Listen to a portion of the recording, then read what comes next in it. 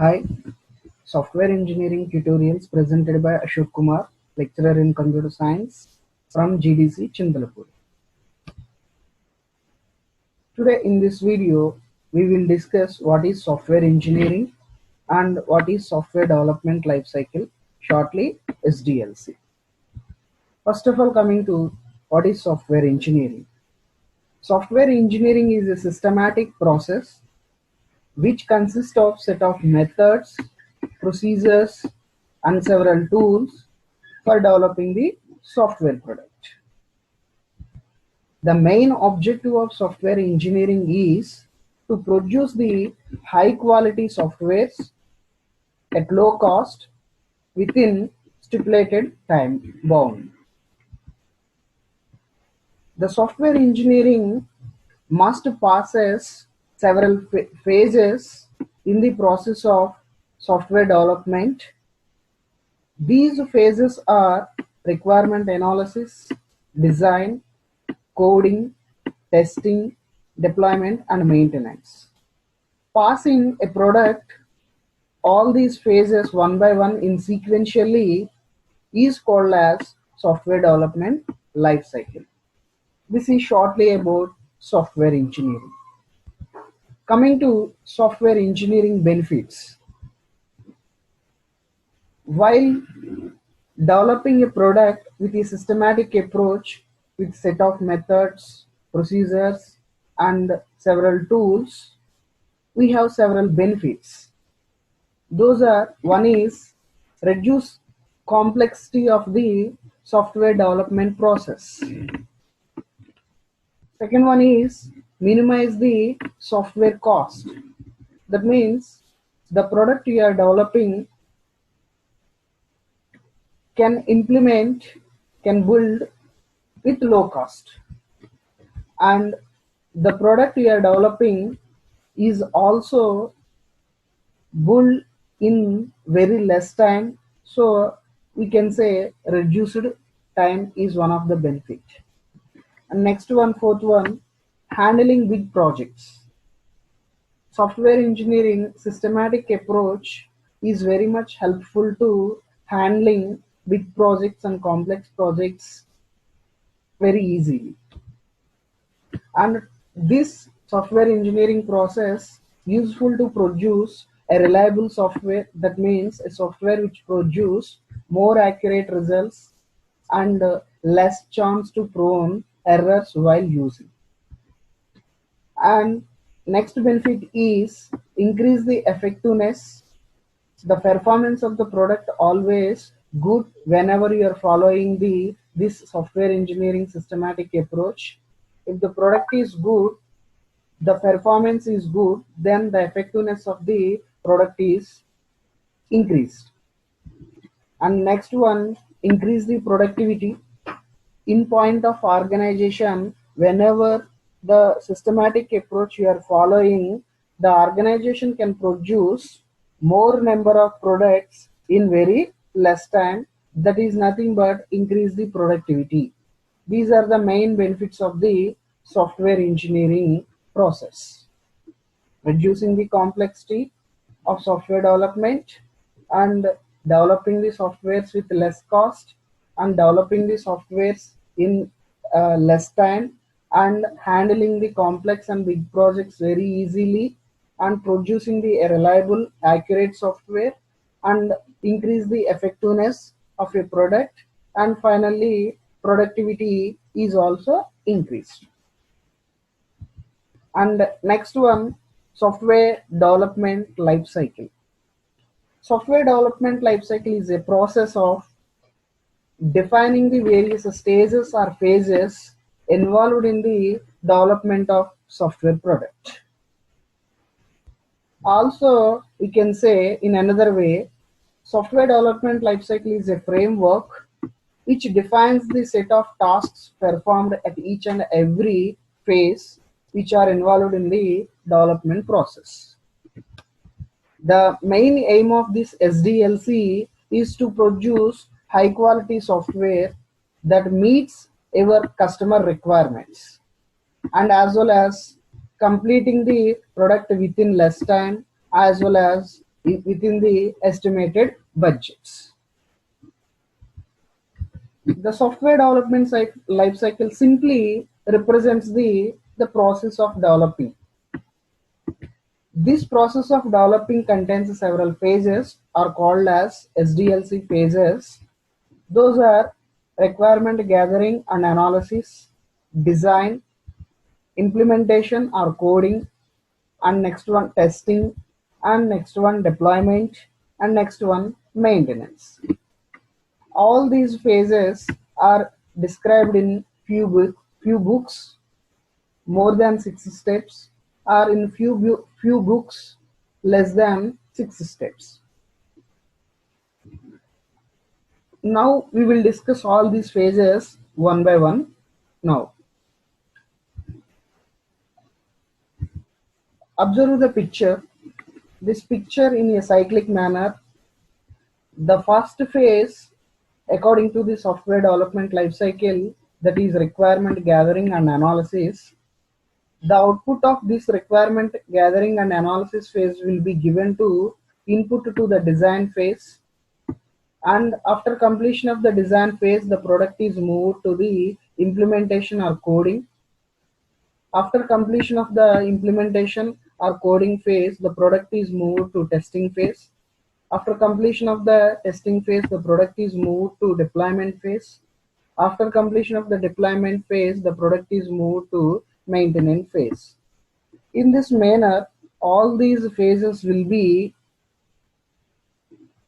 passed in a systematic or a sequential manner. And each and every phase gives some output. That output is used as input to the another phase. Coming to the first one is requirement gathering and analysis. This is the first phase in the software development life cycle. In this phase, all the relevant information is collected from the customer to develop the product by the software team. All the relevant information means simply here the customer requirements or the customer expectations about the product is identified by the software team, and these requirements are useful to build the software product. And after that, the management of the company as well as project managers and several business analyst persons along with customers, end users, or the persons who are involved in the process of development, or the persons who are involved in the use of the software product, all together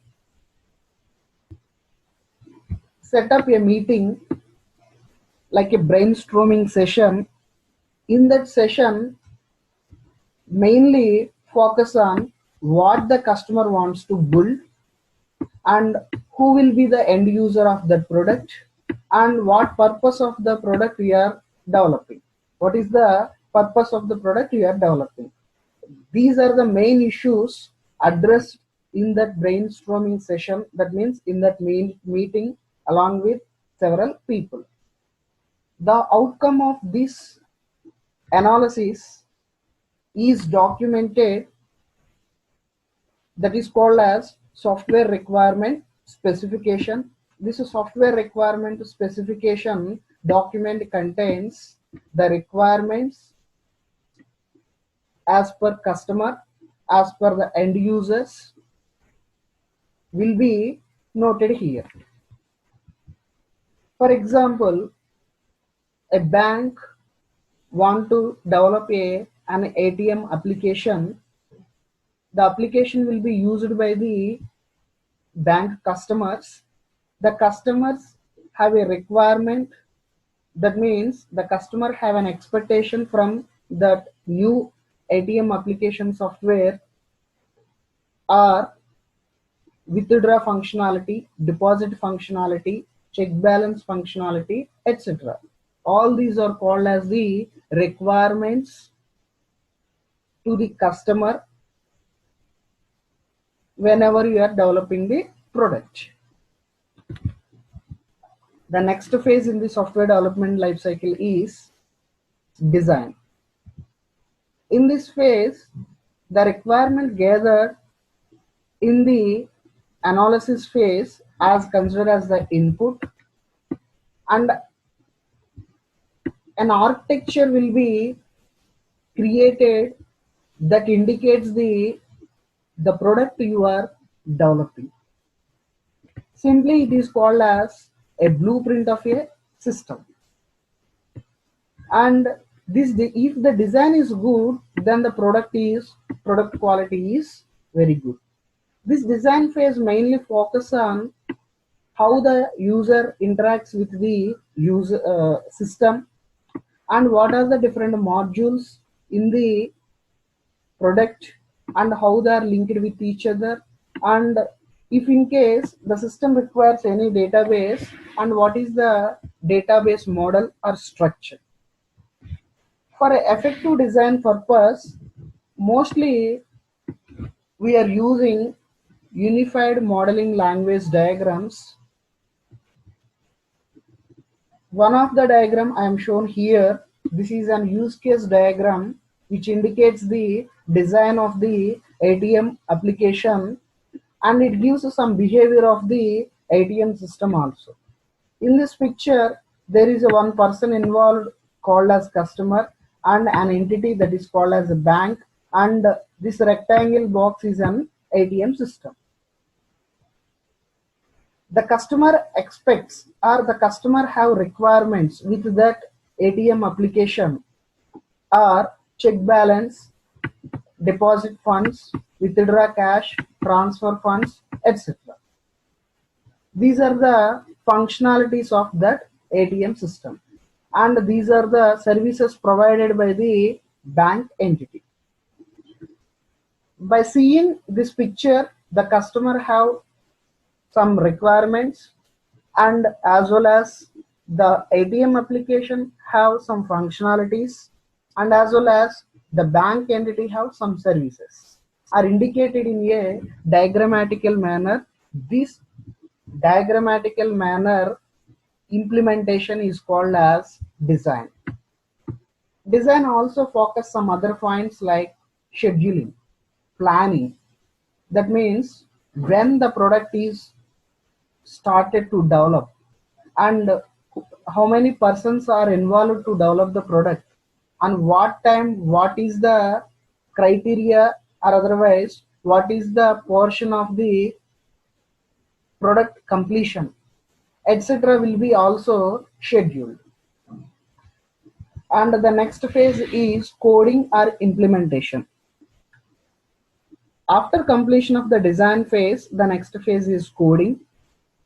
In this phase, the software developers or software team selects one of the programming language like C, C++, Java, etc., or otherwise which is suitable to develop the product will be selected, and starts programming, or otherwise starts build by writing the code.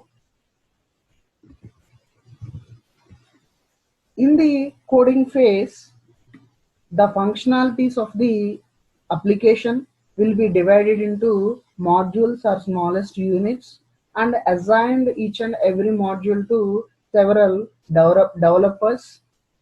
They will start coding parallelly without dependent others, and it is considered as the longest phase in the software development life cycle. That means it takes much time, and whenever the software developers build the product, they must follow some predefined coding guidelines in order to achieve the high quality of the product.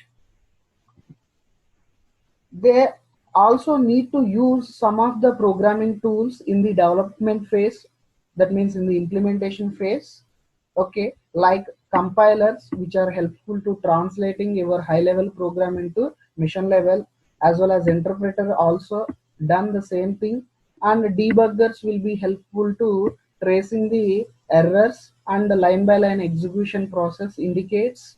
Okay, in this manner several tools will be used to complete the coding or implementation phase effectively.